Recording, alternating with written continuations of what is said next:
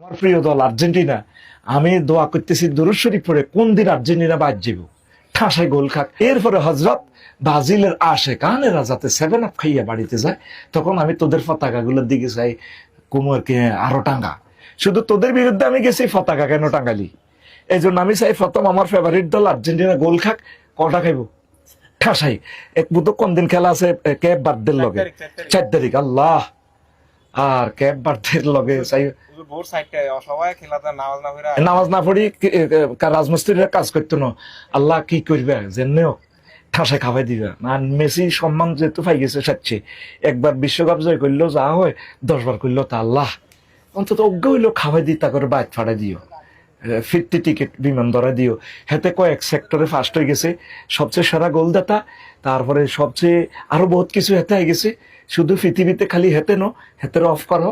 Argentina আগে বাইর যাক, পরে গে পরে গে এই দুইটা দল ঠান্ডা হয়, বাংলাদেশটা ঠান্ডা হয়ে যাক।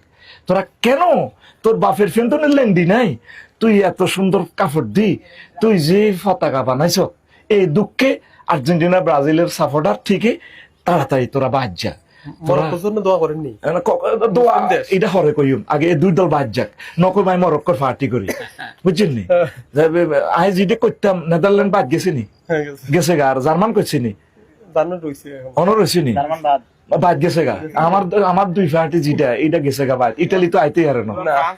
হ্যাঁ, এ ফ্রান্স মরক্কো টরক্কো চলিয়ে যাক, সোজা নতুন খেলাক। সোজা কথা, হুরান দলের দরকার নেই। হ্যাঁ, বাংলাদেশ 500 বছরের চান্স পাইবনি, কারণ আঙ্গর শরীরের যে ফিকাপ, এই ফিকাপের লগে যদি হইতে মৎস্যপূর্ণ অবমুক্ত করি নদীর ফ্রেশ মাছ খাইতে হবে।